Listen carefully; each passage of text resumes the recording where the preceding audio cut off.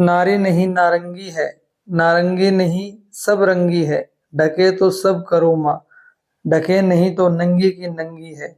सौतेले बेटे के साथ हवस की भूखी रानी लोना चमारिन का त्रिया चरित्र। दोस्तों, आज हम आपको बहुत ही पुरानी और सुप्रसिद्ध कहानी के बारे में बताने जा रहे हैं। तो कहानी दोस्तों इस प्रकार से है। राजा सलवान को पंजाब के सियालकोट में एक बहुत ही छोटे से चमरे गांव में एक बहुत ही सुंदर लड़की की जानकारी मिली। राजा सलवान उस लड़की से मिलना चाहते थे। जब राजा उस लड़की से मिले तो देखते ही रह गए और उस पर मोहित हो गए। वो लड़की एक चमार परिवार की थी जिसका नाम था लोना चमारिन। आपको बता दें, लोना नाम की जितनी भी लड़कियों और औरतों के इतिहास को हमने देखा और तलाशा है वो बहुत ही सुंदर रही हैं। उनकी सुंदरता ही उनका इतिहास बन गई। उसी सुंदर लोना में एक राजा सालवान की दूसरी पत्नी का जिक्र भी है, जो मैं आपको इस कहानी के माध्यम से बताने वाला हूँ। सलवान सियालकोट का राजा था, इसलिए अपने राज्य की हर वस्तु पर उसका अधिकार था। राजा सलवान लोना चमारिन से अपनी दूसरी विवाह कर लिया। अब राजा सलवान की दो पत्नियां थी। कुछ साल बीतने लगे, राजा सलवान को कोई पुत्र नहीं हो रहा था। राजा के लिए चिंता का विषय बन गया था। चिंतित राजा सलवान अपने मंत्री, राजपुरोहितों और ज्योतिषियों की एक सभा बुलाई और अपनी चिंता का कारण बताया। ज्योतिषियों ने राजा सलवान को पुत्रेष्टि यज्ञ कराने की सलाह दी। पुत्रेष्टि यज्ञ में फलस्वरूप बड़ी रानी इच्छरा को गर्भ रह गया। समय धीरे धीरे पूर्ण हुआ और एक बहुत ही सुंदर पुत्र की प्राप्ति हुई। राजा सलवान बहुत ही प्रसन्न हुआ और राजपुरोहितों ज्योतिषियों को दरबार में बुलाया और उनको बहुत ही आभूषण और गहने दिए तथा अपने पुत्र का नामकरण करवाने और कुंडली देखने को कहा। राजपुरोहित एवं ज्योतिषियों ने नामकरण कर कुंडली बनाया, उस पुत्र की तेजमयी गाथा को बताया और कहा, राजन, इस पुत्र को 12 साल तक आप नहीं देख सकते और अन्य किसी के द्वारा भी यह पुत्र देखा गया तो पुत्र के लिए अपशकुन होगा। इसलिए उचित होगा रानी के साथ इस तेजस्वी पुत्र पूरन को कहीं दूसरी जगह उचित रहने की व्यवस्था करें, जहां रानी के अलावा इस पुत्र पर अन्य किसी की नजर नहीं पड़े।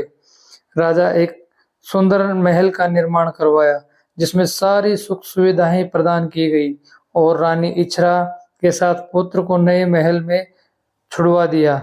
जो भी रानी और पुत्र पूर्ण को जरूरत की सामग्री जैसे भोजन, पानी, मनोरंजन आदि के सब संसाधन महल के अंदर ही इंतजाम करवा दिए गए। किसी अन्य की नजर 12 साल तक उस बालक पर भी नहीं पड़ी। समय के साथ साथ राजा वृद्ध होने लगा और इधर लोना का शरीर यौन सुख से वंचित था। दोस्तों, लोना राजा की दूसरी पत्नी थी। इसके इर्द गिर्द दासियों का रहना होता था। अब रानी लोना युवा अवस्था में पहुंच चुकी थी और चाहकर भी अन्य किसी को अपने यौन सुख का आनंद नहीं ले पा रही थी। धीरे धीरे 12 साल बीत गए। पुरोहित एवं ज्योतिषियों के कहने पर राजा सलवान ने अपने पुत्र पूरण और इच्छरा को महल में बड़ी ही धूमधाम से आमंत्रित किया। पूरन का देखभाल अच्छा हुआ था, इसलिए 12 साल की उम्र में ही पूरन का शरीर बहुत ही सुंदर और जवान तेजस्वी दिखाई दे रहा था। माता द्वारा प्राप्त बालपन शिक्षा से पूर्ण बहुत ही तेज और बुद्धिमान था। धनुर्विद्या, तलवारबाजी, घुड़सवारी में परंपरागत था। उस समय उसका 12 वर्ष समय का बच्चा ही कहा जाता है, लेकिन उस समय तो 12 वर्ष में विवाह भी हो जाता था। भेंट मुलाकात, लाड प्यार के बाद राजा पूरन ने अपनी छोटी रानी के कक्ष में सौतेली माँ लोना से मिलने के लिए पूरन को भेज दिया। पूरन अपनी छोटी माँ से मिलने गया। जब छोटी माँ रानी लोना ने पूरन को देखा तो पूरन से वासना की इच्छा जागृत हो गई। अब धीरे धीरे लोना अपने तन मन को पूरन के प्रति समर्पित कर पूरन को अपने मन तन के प्रति आकर्षित करने का प्रयास करने लगी। दोस्तों, तब पूरन के समझ में नहीं आ रहा था कि यह सब क्या है, क्योंकि पूरन अभी इन सब बातों से बहुत ही अनजान और अनभिज्ञ था। राजा सालवान पूरन की शिक्षा दीक्षा प्रारंभ करवाया। कुछ समय बाद पूरन को संपूर्ण ज्ञान की प्राप्ति होने लगी। लोना के यौन सुख का प्रस्ताव पूरन ने ठुकरा दिया और उन्होंने कहा कि आप मेरी माँ के समान हैं, आपके साथ ऐसा करना पाप है। फिर भी लोना मानने को तैयार नहीं थी। दोस्तों, पूरन के साथ यौन सुख प्राप्त करने के लिए वह तरह तरह का प्रयास करती रही। एक दिन लोना अपनी दासी से कही कि आज मेरा और कक्ष का श्रृंगार इतनी अच्छी तरह से करो कि मैं सुंदरता की मूरत लगूं। दासी बाग से बेला, चमेली, तरह तरह की फूल लाई। जो लोना वैसे ही सुंदरता की मूरत थी, उसको सजाया गया। आज तो लोना परियों से भी सुंदर दिख रही थी। लोना को पूरन के लिए बुलवाया भेज दिया। रात्रि का समय था। पूरन अपनी छोटी माँ के बुलावा को माँ की आज्ञा मानकर कक्ष में चला गया। लोना उस समय रात्रि अपनी दासियों को कक्ष में आने से मना कर दिया और प्रहरियों को भी कक्ष के द्वार से दूर रहने का आदेश दे दिया। जब पूरन लोना के कक्ष में प्रवेश किया तो लोना कक्ष के द्वार पर बैठी थी तथा द्वार को बंद कर पूरन के पास बैठ गई और यौन सुख की इच्छा व्यक्त करने लगी। पूरन ने कहा कि आप मेरी माता के बराबर हो, आप मेरी पत्नी नहीं हो। ऐसा करना मेरे लिए बहुत ही बड़ा पाप और अभिशाप है। ऐसा करना हम दोनों के लिए ही पाप है। तब लोना ने कहा, मैं तुम्हें तुम्हारी माँ के समान कैसे दिख रही हूँ? तुम्हारी माँ और मेरे उम्र का अंतर तुम्हें दिखाई नहीं दे रहा है। मैं तुम्हारी उम्र में थोड़ी ज्यादा हूँ, पर मैं सुंदर हूँ। तुम मुझे अपना लो। तुम्हारे पिता अभी बहुत ही ज्यादा बूढ़े हो चुके हैं और मुझे यौन सुख देने में असमर्थ हो चुके हैं। ऐसा मैं कहाँ जाऊं? कहीं जाने पे तुम्हारे पिता की बदनामी होगी। क्या तुम अपने पिता की बदनामी सहन कर सकोगे? लोना अपनी लुभावनी बातों में पूरन को फंसाना चाहती थी, लेकिन पूरन सब कुछ मानने के लिए तैयार ही नहीं था। तभी लोना पूरन के गोद में आकर बैठ गई और जबरन उसको बाहों में भरने का प्रयास किया। कहा, तुम मेरे सौंदर्य का अपमान कर रहे हो, यह तुम्हारे लिए ठीक नहीं रहेगा। पूरन ने उसे धक्का देकर और तेज गति से कमरे के बाहर चला गया।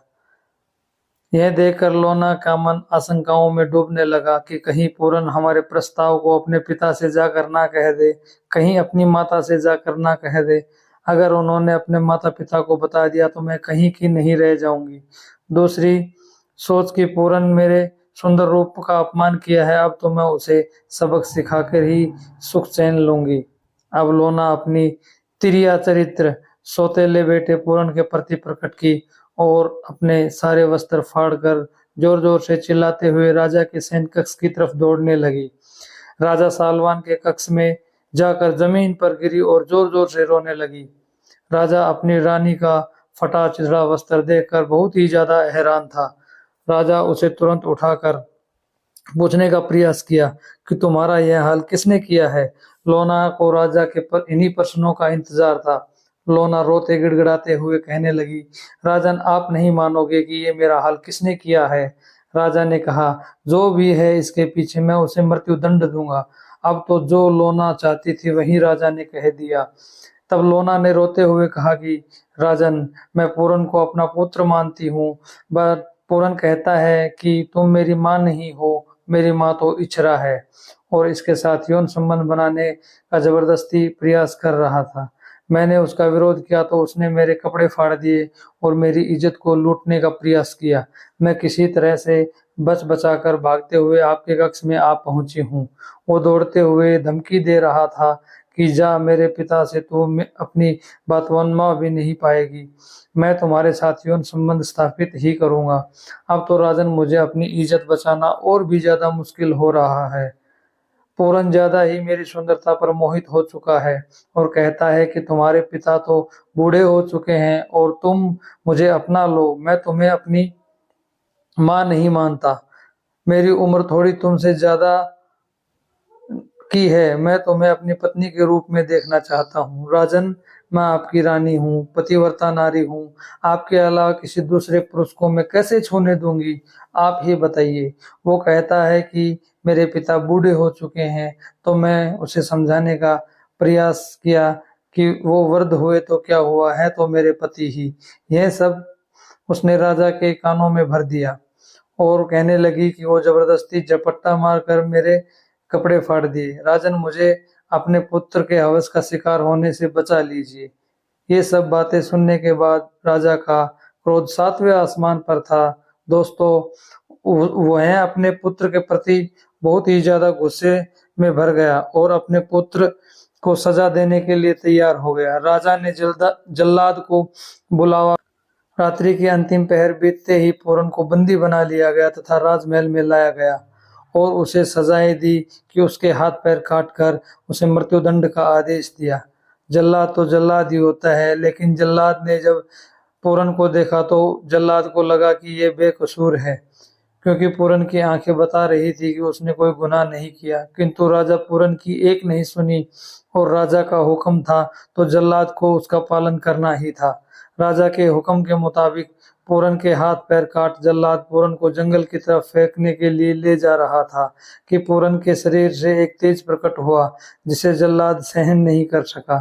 जल्लाद वहीं जंगल के पास एक कुएं में फेंक कर वापस आ गया तथा जल्लाद ने सोचा कि अब वह मृत्यु को प्राप्त हो जाएगा। ये सब सुनने के बाद पूरन की मां रानी इछरा को यह दुख सहन नहीं हुआ तथा वह पुत्र वियोग में पागल हो गई। तो दोस्तों, इस प्रकार से हवस की भूखी रानी लोना चमारिन ने अपने ही सौतेले पुत्र पूरन को किस प्रकार से अपने जाल में फंसाया तथा उसका वध करवा दिया।